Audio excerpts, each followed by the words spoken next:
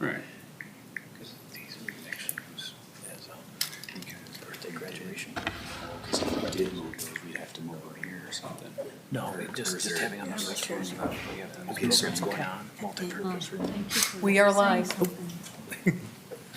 All righty. Welcome, everyone, to the June 4th Rec Center Advisory Board meeting. Ms. Myers, will you call the roll, please? Yes. Leah Lexicos, Carrie Boldman, Sue Doherty, Here. Elliot Dyer, Here.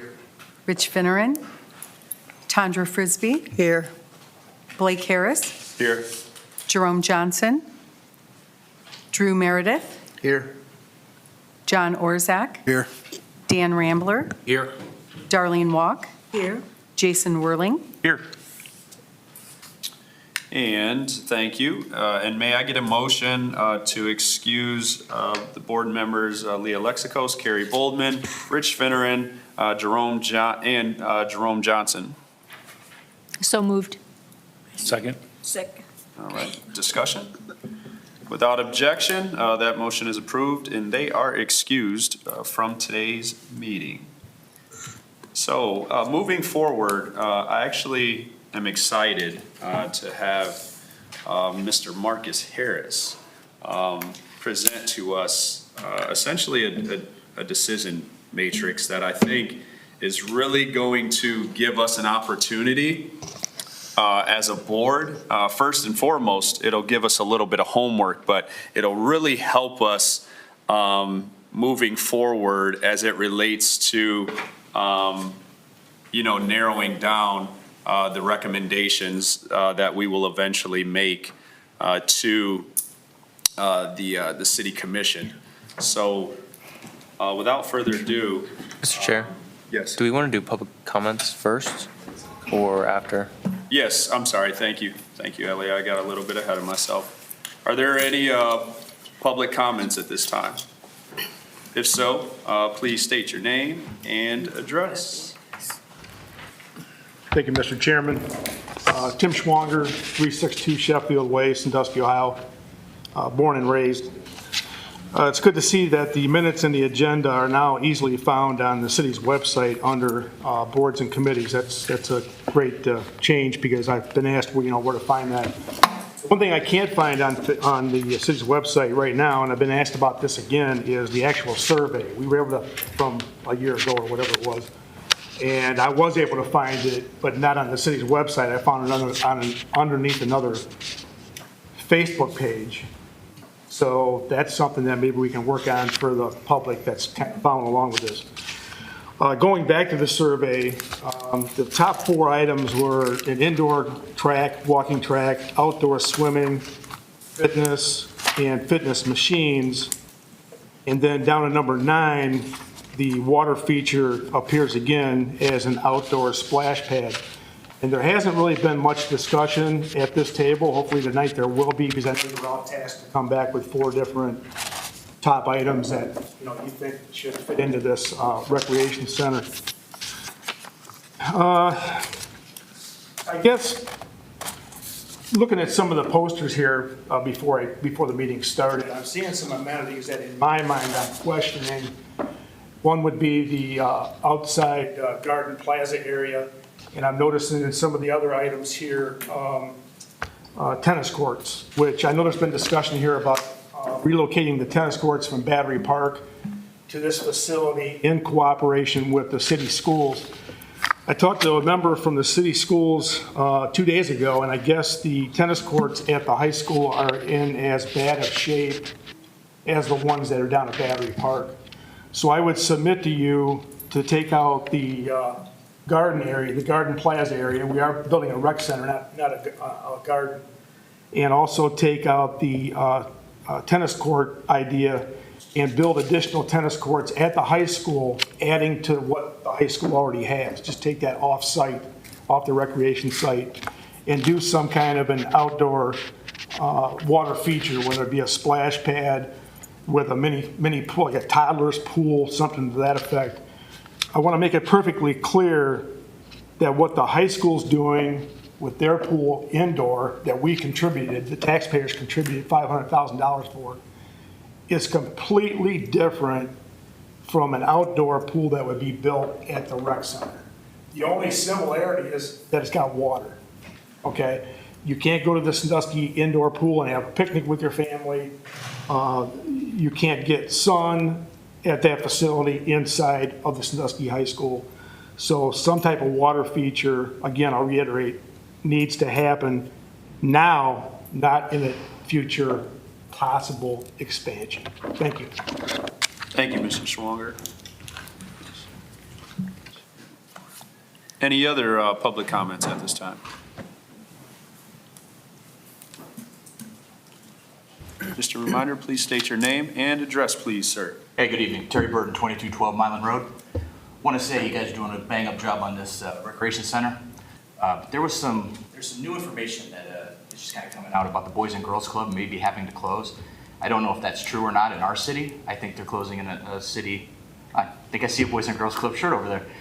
So I was wondering if that's going to change the ideas moving forward now that we're going to have more children, especially younger kids who were utilizing that facility as well as some other outdoor facilities. They're kind of getting closed down, maybe. So I think the swimming pool idea might be something to be put back on the block here as far as things for kids to do.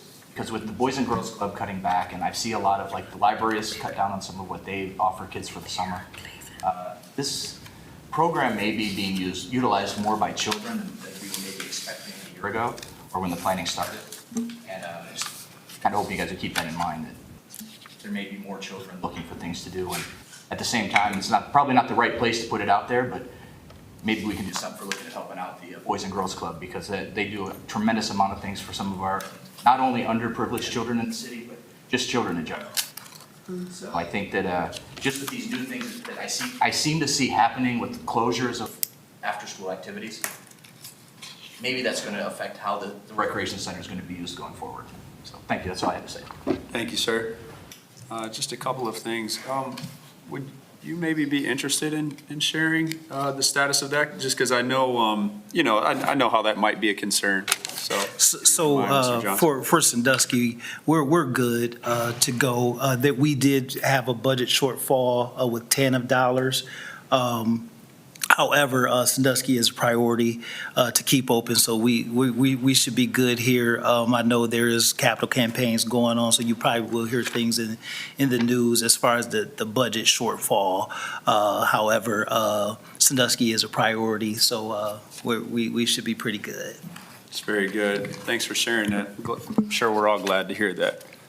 And just to quickly shed light on the pool topic, the outdoor pool, I'm actually going to look to Mr. Orzech. Do you recall what the rough cost of an outdoor pool was going to be? Wasn't it upwards of $3 million or? I think it was a lot larger than that. Okay. We also have chemicals and lifeguards and all kinds of other liability insurance and all kinds of things like that. So that was something that we aren't able to do as far as an outdoor pool. And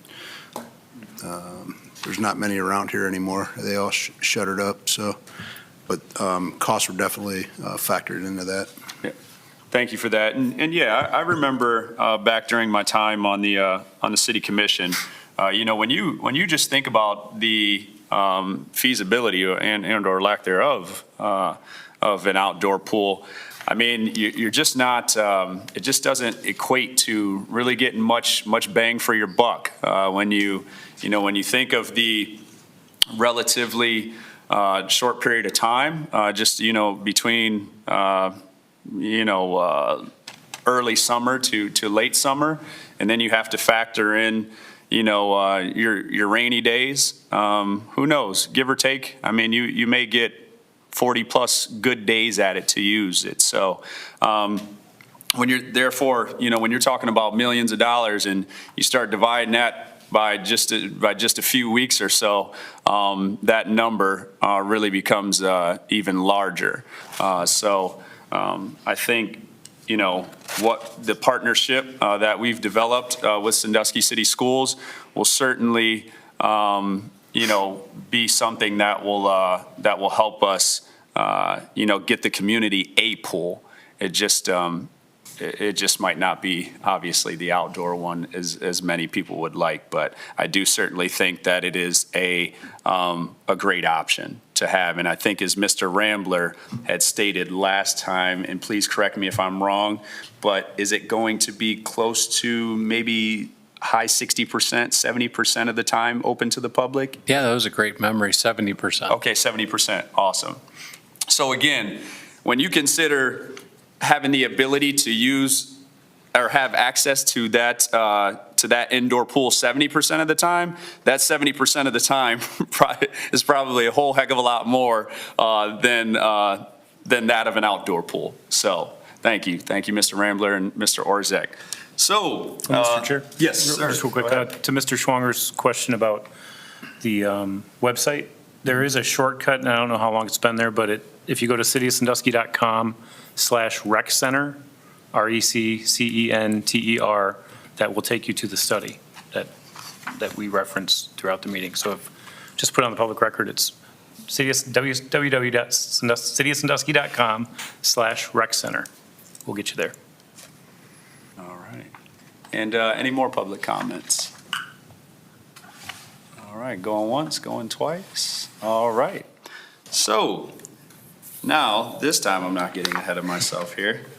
I will now ask Mr. Marcus Harris to please step up and, Not to get ahead of you, sir. We need to approve the minutes from the last two meetings. I apologize. I warned you guys that I was tired. I warned you guys. All right, so, oh, my goodness. We want Marcus to talk, but we want to get through the other stuff. Yes. So, advisory members, you do have the minutes before you from our meeting held on May 21st, 2024. What is your pleasure? Because we have to, just so you guys recall, we have to approve the last 2 minutes since there was a correction made, if you would. So may I get a motion to approve the minutes from May 21st? So moved. Second. A second? Second. All right, there's been a motion and a second. Without objection, and hearing no objection, that motion is approved, and those minutes are approved. Members, you also have the minutes before you from the May 29th meeting. What is your pleasure? Mr. Chair, Yes. I move that we approve the minutes for May 29th. Second, please. All right, there's been a motion and a second. Without objection and hearing no objection, that motion is approved in the minute, or that motion and the minutes are approved. All right. Moving on. As I mentioned prematurely, we have, Marcus has really stepped in and offered his expertise and assistance in helping us really be able to develop a system, or in this case, a matrix that I believe you all will certainly find beneficial when it comes to us making decisions to ultimately provide recommendations to the city commission.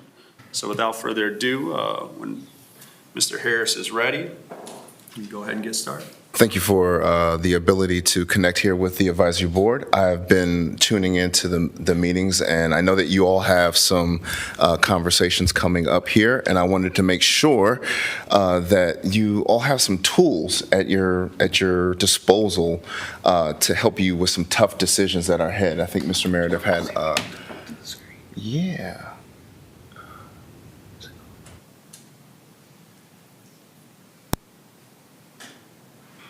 Our screen went black. Podium.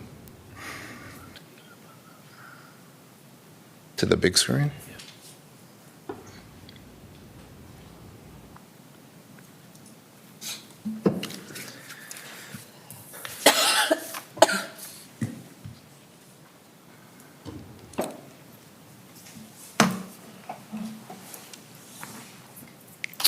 got to turn the TVs on.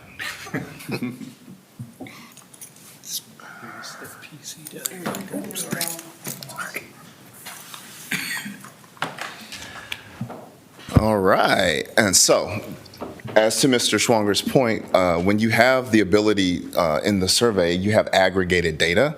And one thing I thought that would be very useful as you go towards the programming conversations and some of the other operational model conversations are tools and the data to be able to look at this. And so taking the data from the survey, able to kind of create a dashboard, and I will send this out to you all individually. This is in Excel, so it should be kind of easily accessible to you all. And what you have here is the data disaggregated along age ranges, right, in a nice pivot table.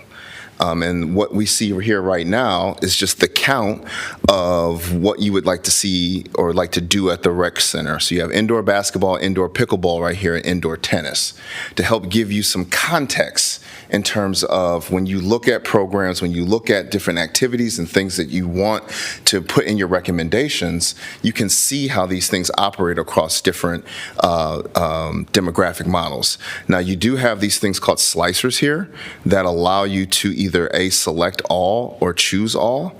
And I'm going to give you just a little bit of insight into what this does before I get deep into the mechanics of it. So with the pivot table, I'm able to see all of the different aspects of the survey that are in there. You can hover over it and you can see it. And that's the part about, you know, what have people done in the past? And I know there was the indoor walking park here, indoor walking track. I can drag that down here, and the table will update on its own. And I can click over here and get rid of that, or hit the X at the top. And then you can see, in terms of, like Mr. Schwanger said, indoor walking track is probably the most popular thing that the people would want that they filled out in the survey, with the blue line being indoor basketball, the red line being indoor pickleball. And you can see across different age ranges that our seniors really are kind of active and want to be walking and playing pickleball. And that desire to play pickleball is pretty strong amongst some of the 18 to 54 demographic and going into 10 to 17.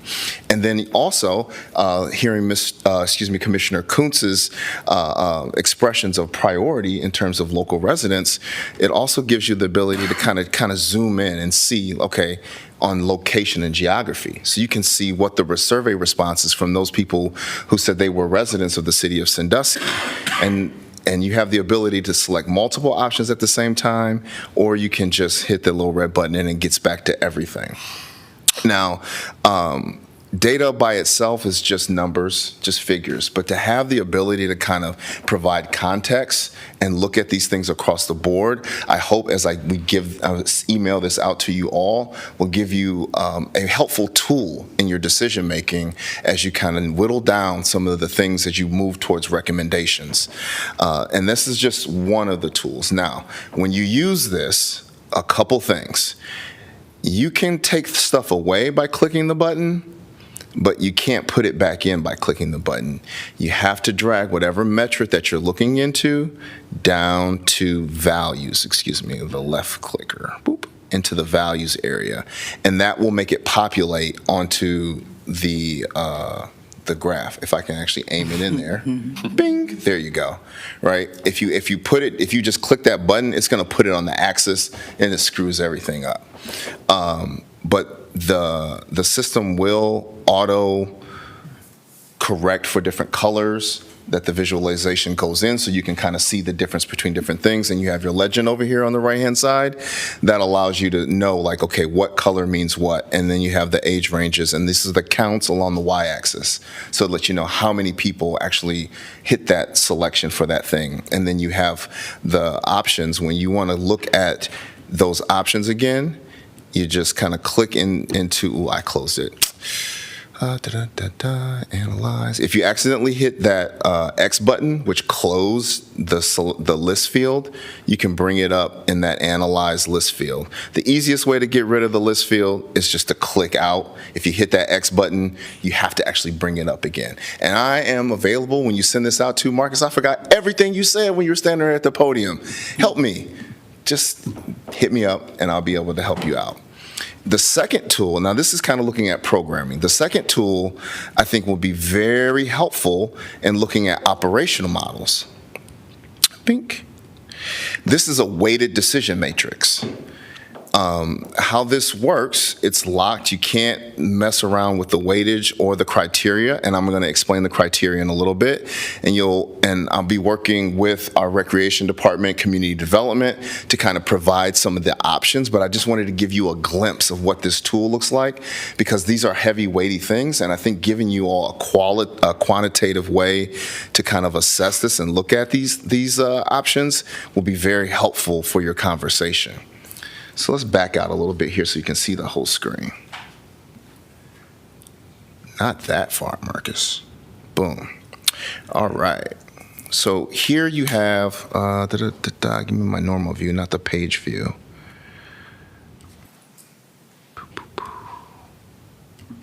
Boom. All right. So along this left-hand side, you have your criteria. Now, these criteria were chosen based on the literature in terms of what is in terms of good governance. I have the 4 fundamentals of government, which are economy, efficiency, effectiveness, and equity. They are represented here by fiscal responsibility, flexibility, efficacy, and fairness. And when you hover over this, as you can see, it says, ask yourself, is the model fiscally responsible? Does the model represent an example of good governance? So that you all have a baseline for what you're looking at when you analyze. And so there's no subjectivity within that, and you can all kind of weigh these things across the board. Flexibility is the model allow the city to pivot in the future if a chosen model is not working. Efficacy is refers to the ability of each operational model to effectively achieve the desired outcomes and goals of the rec center. Fairness is the model equitable to socioeconomically disadvantaged members of the community. Membership value. Does the model provide a good value proposition for potential members versus other alternatives in the community?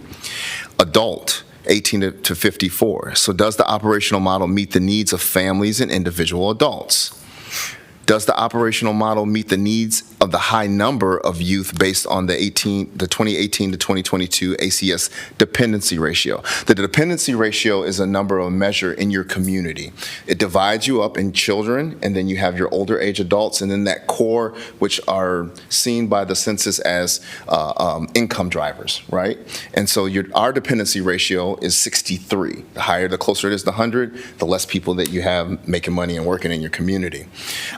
And for us, we have the seniors and we have our youth included in this. Now, if you can see on the weights, I have youth weighted at 10% and seniors at 8%. And that's because in the dependency ratio, for seniors, it is at 27.9, and for youth, it's at 35.1. Now, I didn't do a whole seven point weight on that, because you have various factors that kind of interplay with that in terms of how long people are working and whatnot. But when you weight these things out based on that dependency ratio for our community, there's just a subtle difference in that. The last two are community engagement.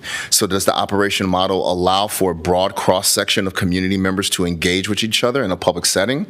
And last is sustainability. Does the operational model ensure that economic sustainability to ensure the rec center will be here in 20 years? And so what I want to provide in that, as our rec department and community development give us those actual details on those models that Ms. Alexakos was talking about last meeting, you'll be able to hover in here. Now, these are just examples just to give you a look at how it works. But say option A, right? Membership's free regardless of residency. B, membership free, same fee, same for residents versus non-residents. Membership fee reduced for city taxpayers, income property, and these are from the survey, some examples I pulled from there. Now, the examples that you get for models will be much more detailed, and they'll have all the different options that will be available, so you can make an objective, fully informed decision on what you want to do. And then it's scored on 1 to 4, 1 being the lowest and 4 being the highest. And you can either type in here or have a drop-down menu that you can select. And in terms of the weights and the different criteria that are there, it will auto-complete and it will give you a grade, so to speak, at the bottom. And now if you all have the opportunity to do an analysis and do an assessment based on these criteria of whatever models that are given to us, you will be able to see, and I think, and I hope, and I think that data-informed solutions are the best solutions, so that as you all score these things and you look at it, you will begin to see a pattern and a consensus amongst you in terms of what models that you want to recommend in your final report. For me, it's all about just giving people the tools in order to help make decisions more successful and efficient. And I am definitely open to your insights in terms of, or questions about the criteria that we use and selected and the weights on it. Those four fundamental responsibilities of government are weighted heaviness. Fiscal responsibility is at 15% because if there's no money, there's no show, right? And we want to make sure that we are making the best decision and weighting things in the proper way that we can give an objective analysis. So if you have any questions about this, I have email addresses I can get from Ms. Myers that I can send these things out to you all tomorrow so that you'll be able to get your hands on them and be able to use them. But the weighted decision matrix, I want to make sure that we have the models down before I give you that, but I just wanted to give you a preview so you can see, like, okay, we got a tool here that we can utilize to kind of have an objective way to look at things. And that was about it that I had, but if you have any questions, I am definitely here to answer them. Thank you, Marcus. Appreciate the presentation. Do we have any questions for Mr. Harris? None? All right. I think you're getting off the hook easy. Yay. Presentation must have been great. Awesome. And then the camera's back on you all. All right. Thanks again. So moving forward to tonight's discussion, I know that the conversation between the facility and the programming sort of go hand in hand, but I did want to nonetheless have a conversation as far as maybe some ideas behind the layout as it pertains to the functionality of the fitness center. And did you have any suggestion? Were you gonna make a comment? Just, I mean, I think we'll go through probably the list that's on, but that this is a concept design, that, Right. you know, everything that came in the report is not a be-all, end-all.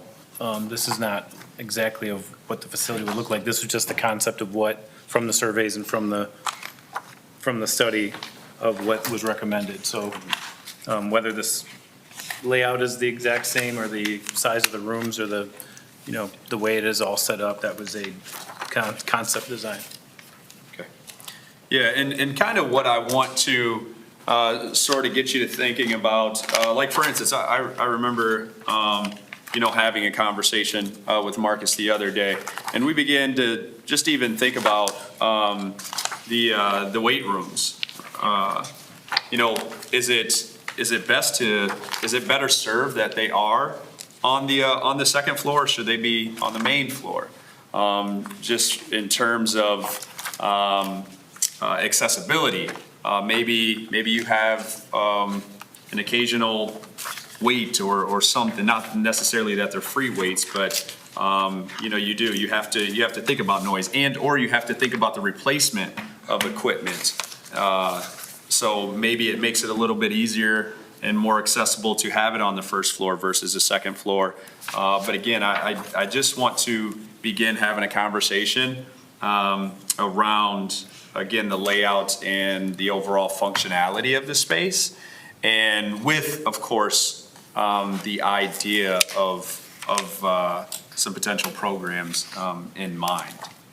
So I think I wonder if we just start with the, you know, with the idea of the gym. I know there has been some, you know, conversation about maybe that of a, not a turf field, but I think there was like a multi-purpose floor. maybe you can elaborate on that a little bit more, Jason? Yeah, I think the thought was to not have a full gym, wood floor like you'd see kind of at, in the big house, or that you're normally used to, that you would have one gym be a multi-purpose floor that might have different striping, whether that's for pickleball or different sports. And then your gym floor would, as far as the concept, has, 3 volleyball courts, one main, full court, and then thought would be to have the possibility of having other courts. Everyone's seen them in other gym facilities where you've got a couple courts going this way, but you have one main full court. But that multi-purpose court, I think was in reaction to if you make an entire gym of that size turf and you only have one option of whether you're doing programming in one gym and you have the other gym used for open play, that if one of those, due to the square footage that you're able to do with the concept, is that having an entire gym taken with just the turf surface would be difficult to, you can't bounce a ball basically on a turf field like that, like you would playing basketball or pickleball or that sort of thing. So that's where the, future edition is mentioned on the concept options, but the 2 large courts, so you can, curtain off one and you might have leagues playing on one side and then the other side still open for open play or open basketball, open gym, that sort of thing, is the thought on that. Yeah, and when you think about a multi-purpose floor, I think maybe many of us have been in the auxiliary gym. That's probably about the best example I could give you of that. I don't know exactly what material that is, but you get the idea, right? It's not your hard, your hard surface that you'll generally find on that of a basketball court. So are there any additional thoughts just in terms of the flexibility and functionality of the gym? Mr. Chair, I think when we're doing it, it's going to be, like you said, a multi-purpose room. There's going to have to be, we only have so much space, we only have so much money to build this. So when we look at it, we got to think of ways that we can make the most use. So if we say we do 2 basketball courts, if we put a divider, one that comes down, we could open that up for big tournaments, or we could close it off and maybe section it off so when the Mills after school programming's there, they can utilize one side of the gym, but then the other, say gym 1 is open to the public, so we get kind of the whole spectrum of adults, kids, older adults there, and then also just making the best use of the space. So say we have the track above, or the first floor where these, just looking at the plan, I know it's not the final one, but above the fitness rooms, that's a lot of space that we can utilize for free weights, for machines, maybe for bleachers. If we line the upper deck with bleachers, that would provide us the space to view, say, basketball tournaments, smaller club things. But I think it's going to be important to make the best use of this space, whether it be some of the kids' programming rooms, be able to tuck away, so then we could have adult fitness classes there or adult classes. But making the best use of this space is going to be the most important here, I think. Very good. Any other thoughts or comments? Jason, when you talk about the multi-purpose floor, would it be like a hard rubber? And then could we use a floating floor?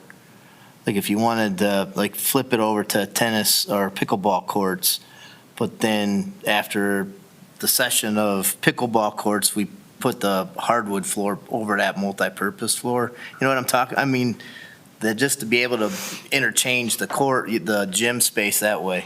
Well, I think you'd want the floor to still be able to have a pickleball bounce on it and not have to, convert it over, whether it's daily or weekly, but having the floor, there's a lot of technology technological advances in that surfacing that even today, like, I don't know what the floor at the Ox Gym, what year that was put in, but there's a lot of new surfaces out there that you can put down for that surfacing. And the trick is to have not too many stripes down for 17 different sports to where you can still make out which sports are lined for, you know, which color line's on there. Very good. Yeah, I think it was Chris that actually said, which we certainly couldn't do this for staffing reasons, just overall feasibility, but I think there is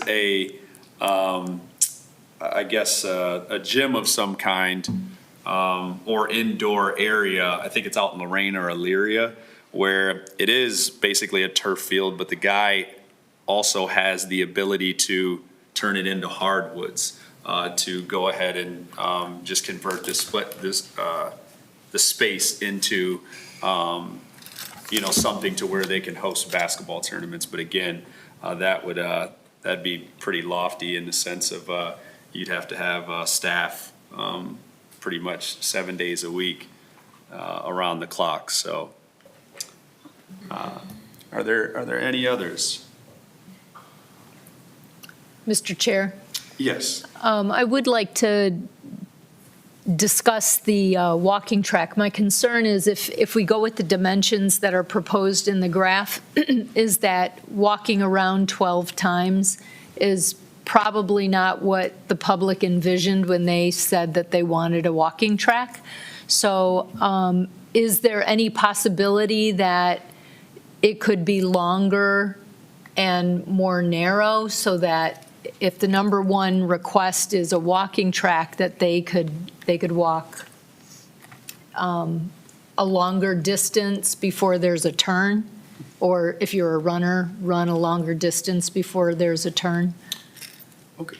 I'm curious, could anyone shed any light on maybe the average size of a walking track? Or how does this one maybe measure up to those in which you've visited? Mr. Chair, I think for the walking track, it could just, if we're gonna do it in the upstairs level, we could do the footprint of the building.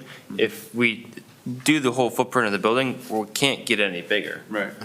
So it's probably just gonna be what it is. I know, when I was in college, the walking track was above the basketball courts, and I think it was 7 laps for a mile. But it really just kind of depends on the size of the building, so we're limited by that. If the building could be a quarter mile square, then that'd be great. We could have a It whole would be track. End to end, so it'd have a longer distance? That would be extending the building.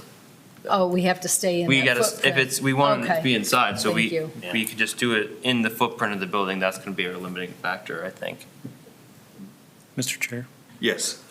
Anywhere from 8 to 12 laps is usually the area you would see. I think the Gnomes old track up there was probably 12, if not more, and Okay. that does get you a little bit dizzy, but the Cedar Point Sports Center, I think it's 8, isn't it, for laps there, for the walking track there?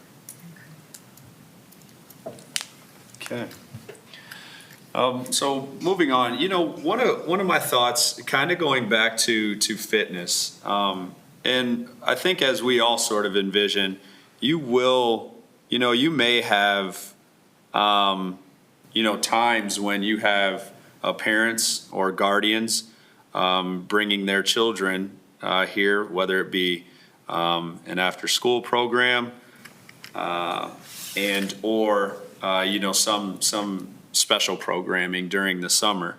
So I know one thing that comes to my mind is just, the idea, as I kind of mentioned earlier, about the fitness area. For me, I know if I were to take, my daughter there, I would prefer that we be on the same floor. So then maybe I can't see her directly, but just having the ability just to peek your head out would just offer some sense of, security and peace of mind. So I just kind of wanted to give you guys some insight into some of the different things that I'm considering just in terms of the layout.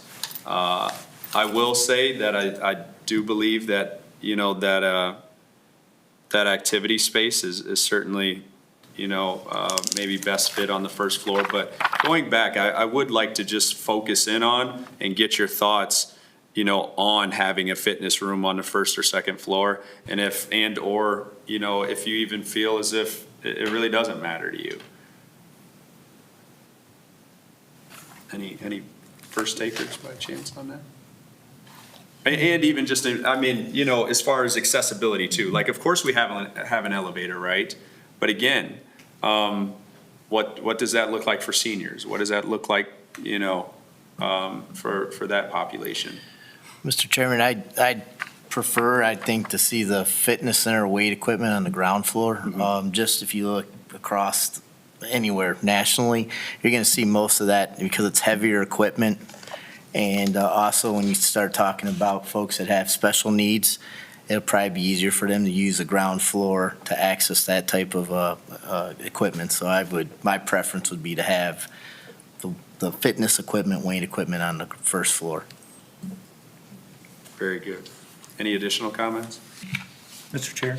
Yes, sir. The Bowling Green Recreation Center, their layout kind of has the fitness area. It is on the second floor, centralized, and then the track kind of goes around, similar to the track going around the gym space in the concept plan here, but that's just how Bowling Green has, I believe that's their fitness equipment now. I'm not sure where the weight room kind of falls in on that, but, Okay.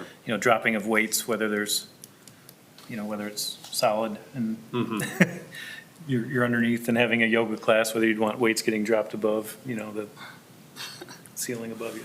Right. And just for clarification, so as we're looking at this, and it's not to continue to pick on you, Jason, but is the thought that they will mirror each other when you think of first and second floor, the rooms? I believe in the concept plan that those fitness class spaces, those are those multi-purpose spaces, were on Yep. the first floor with the same space above it being where the fitness, whether it's closed off or whether that's an open concept where it's Right. looking out on the track. I'm not sure on that. Okay.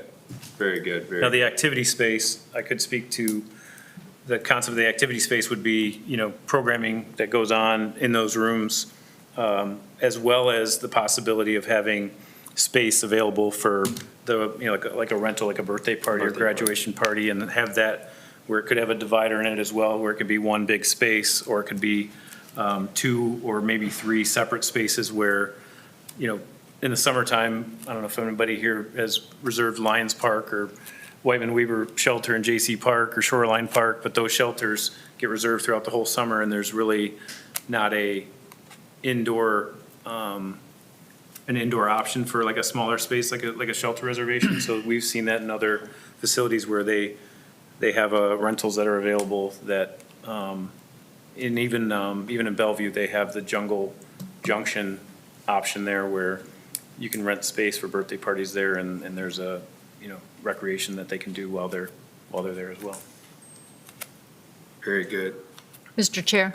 Yes. So for the meeting room space or rental room space, what would the dimensions, what are the ideal dimensions for rec centers that make that available?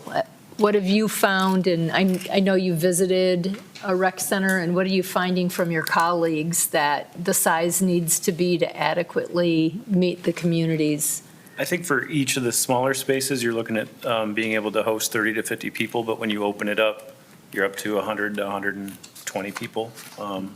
If, depending on how that's situated in there, and then we've seen other facilities where it opens up and it might have access to a splash pad, if that's the layout of the building where the splash pad's right outside of that. And the kids can, if they do the birthday party, they have access to that water feature. But, I mean, that's kind of the thought of having a space that, and there's also the option of having like a small room to just bring in slow cookers or something if that's, but, that's a whole nother ballgame that you get into for that. Very good. You actually, man, you kind of sparked a thought. There was conversation, I think Mr. Schwanger might have mentioned something about the Garden Plaza area. However, I wonder, when you think about a water feature, I feel like the splash pad is so far away from the main building. And I wonder if when you think about accessibility, I wonder if it could go in a place like the garden center or this proposed garden area. And heck, if it might even be better served there. Again, just when you think about, the proximity that you have and having the ability to, just keep your kids close. Not that you would necessarily leave them unattended at a splash pad, but I just wonder if something like that may be better served, again, just right alongside of the building. So it's just a thought. Are there any other concerns or thoughts about the conceptual plan that we're reviewing? Mr. Chair? Yes. I guess the concerns that I have, or the thoughts that I have, is if I'm not athletically inclined to engage in sports, I'm still trying to figure out what is there for me or a child who isn't athletically inclined, but still wants a place to recreate, mentor, be mentored. And so I guess the survey is saying they want a place for kids to go and do. And if you're not an athlete, what will be provided for that group of kids who are not engaged in athletics, even if it's recreational athletics? And so, and where would they be? Okay.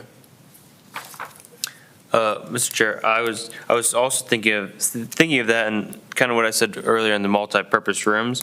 A lot of these rooms that we have that are set aside for fitness classes, maybe you're going to have a yoga class, but you're not going to have a yoga class all day long, 24/7. And when those rooms aren't being used, people can use those as an option to kind of recreate and maybe pick up some fitness activities. And also those rooms could be used to teach new activities for people. Maybe it's an intro to karate. If there's a karate club around here who kind of wants to show people what they want to do, I think that's going to go hand in hand with the community collaboration that we need to be doing with this rec center, is drawing in organizations outside that maybe, hey, you know what, I'll volunteer my time. You're giving me the space to kind of show people what the options are, and then if they do want to pursue that sport, that activity, they can go to the other places and use that, because we wouldn't be able to provide a space for a karate class 24/7, and then also maybe a taekwondo. Like, it's a good place to find your niche and use that as kind of the hub, and these rooms are going to cycle through, so they have to be built multi-purpose, and in those gap times, that's when you can have the time where you can go with your kid and maybe play hopscotch. Maybe put a hopscotch thing in there. I'm not really sure, but that's just kind of what I was thinking. And then also dividers in those activity rooms, where maybe you could have two evening classes going on at once, but maybe there's a high interest in, say, yoga, or high interest in like a spin class. You can open up those doors and go from a 30-person room to a 60-person room. That's just kind of what I was thinking when I was spending some time over the past week and planning how we're going to do this. Mr. Chair, I would just like to add to Ms. Doherty. I think the importance is making sure that it is inclusive and versatile, the facility, for everyone, especially the needs of the community. I think what Mr. Harris provided, the insight and allowing us to dig into that and really make sure that the community needs are the top priority. If it's something that they want, how do we fit it into this rec center? And I think that's the important piece, the inclusive and versatility of the facility. So looking at that data, combing through it, and seeing how do we meet the community's needs, and just trying to come up with the best, solutions that can benefit the entire community as a whole. Very good, thank you. Mr. Chair? Yes. Just to Ms. Doherty's comment too, Ms. Doherty's, every space, and to Elliot's comment too, every space, we kind of want to have somebody that's coming in for karate class kind of almost put their head into the wrong room where they have an art class going on, or there's something else that may not be an athletic type activity that, everything is on the table as far as what kind of programming. I think through all the programming that we've done up to this point, nothing has been limiting to, from art to dance to anything and everything, whether it's seniors and youth. One thing that would like to try and come up with, at least for the next meeting, is working with Chris and Tandra on kind of like almost like a concept of what the schedule might look like in the facility as far as the ins and outs of when the track may be used for walking at peak times, or how with these concept rooms with 2 fitness class spaces, 2 activity spaces, the multi-purpose gym and the wood floor gym, and even the lobby, of having an idea of kind of what we're doing right now and the timing of that, whether it's during the breaks or during out of school, kind of having 2 different calendars, if you will, of basically Sunday through Saturday. Here's kind of what the spaces look like, and kind of shading in the spots of programming that we already do, to kind of give this panel or this committee an idea of how much space is in the building, as far as the use of the rooms, and how much we could kind of figure out what that would look like of when the youth would come into the building, when the spaces might be used for, yoga classes, when the spaces might be used for karate classes. We don't, have any martial arts at this time, but that's not to say that in 2 years from now we wouldn't have some programs like that. But I think it might give the committee kind of a better idea of what a calendar or a schedule of that facility might look like, and how much there is to do, how much work there is to do to make sure that that facility is an active, living, breathing facility where there's always something going on in there, if that would be helpful. Yeah, no, I think that would be very helpful. Any other comments? A question, if I can. So the schedule you're talking, are you thinking of like a year-long view of it, of plotting in the different? I think it would be more of a kind of a weekly, but maybe we'd gear it towards what a break camp looks like when it's during the summer, it's 10 to 2 when we've kind of got youth coming in the building. And then during the school year, there's a 3:30 to 7-ish timeframe when we're looking, and kind of how that building would, and showing kind of what spaces are open and which spaces are being used in those 2 different timeframes. I was just offering, it was helpful as we were looking at that with the aquatic center to really look at an entire year of the hours of potential operation, and then plugging in what currently exists. Then it opened us up to what possibly additionally could exist. So I was just sharing that perspective. Okay. Very good, appreciate that. Any other comments? I will say, and this might come off as a bit of a joke, but I'm pretty serious, just from experience. I will be recommending that they have changing tables in the men's restrooms as well as the women's, so don't leave us dads out, please. But are there any final thoughts as we get relatively close on time? One other, if I could, we were talking about the potential water feature. And I don't know where that whole conversation is, but I know a lot of communities have, like, I don't even know what you call them, but it's like a wading pool almost. It's like a open water area, but it's only got like 6-8 inches of water. I've seen in some different communities where I'm close to. I don't know the pros, the cons, any of that. I appreciate the different thoughts about, is there some sort of water pad or whatever? And I don't know any of the impacts of that, of insurance or anything else. I was just mentioning that's another option I know some communities do. But again, it's a limited time period that people are going to use it, so. If I may, Mr. Orzak can probably confirm, I'm pretty sure just health-wise, if, like the splash pads, if you have that flow-through system, it's a lot cheaper to manage because you don't need to treat the chemicals, you don't need to treat the water because it's going through our water sewer system. But I think when you get that, when you're retaining that water, I think is when you get into the filters and chemicals and all those extra costs. So I'm not sure if you can confirm, but I'm pretty sure. That's my understanding. And then, depend on the depth, I think that there was some conversation about whether or not lifeguards had to be there, and I don't know what that depth is, but it's certainly a factor of chemicals and all that. Very good. Any others? Mr. Chair? Yes. I do like the suggestion that was stated about replacing the garden plaza area and placing it with like a splash pad off the activity rooms, because you could do kids' parties and if there could be patio doors that would lead to the activity room. And then my other question would be, would it be possible, right now there's 3 separate activity rooms. For that third one, could it be connected? I realize that the dimension is a little different, but could it still be connected so that it would have the possibility of being even larger? Because each activity room is only 20 foot by 20 foot, and that really isn't very much space.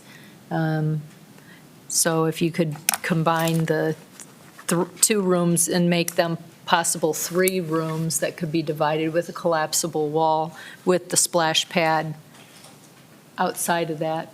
Mr. Chair, I could speak to I think the third room was more of the concept of a, like, mud room, if you would, like a okay. pottery or something where it's going to be a Okay. messier I see. type room to where it's geared towards that sort of programming, whether it's art classes where they need, washing out paintbrushes and things like that. But I mean, that, I would agree, the bigger Okay. space that you have for multi-purpose and flexibility is great. No, Ms. Doherty, I really do like that thought about, just potentially having that there to create, or I guess just to expand that experience, with the accessibility from a potential party room to the splash pad. I think that would be pretty cool and convenient. And just really just encourage, especially during the summer months, spring and summer months, to, have folks rent out that space. Mr. Chair? Yes. Would it be possible to swap the 2 activity rooms and put them adjacent to the fitness classes, assuming, if it's possible that one of those fitness classes would be empty, that would then make available larger space that, when not occupied, could be available for other purposes, and then move the garden plaza area over so that it might be able to be a splash pad that serves a larger community room that would be available for rent, and it would be larger space available for rent. Okay. Any other final thoughts?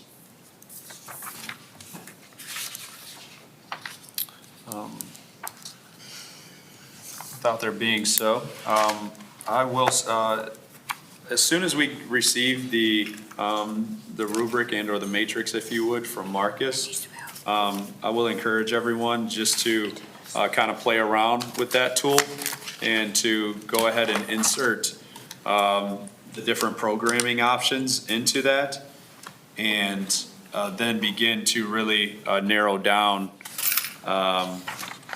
some potential programming ideas, especially, and then also just keeping in mind, a little bit about what we discussed today, just about the facility and the overall functionality of it. And unless there are any further comments, I will look for a motion to adjourn. I so move. a second? Second that. This meeting is adjourned. Thank you. Is this? Okay. So this is full basketball court, 3 volleyball courts, and then this is also full basketball court. And I like your idea, but it's kind of neat. We already know what's going to so start. multi-purpose. So Kind of throw you could off split this up and put stuff that's like already in place, and then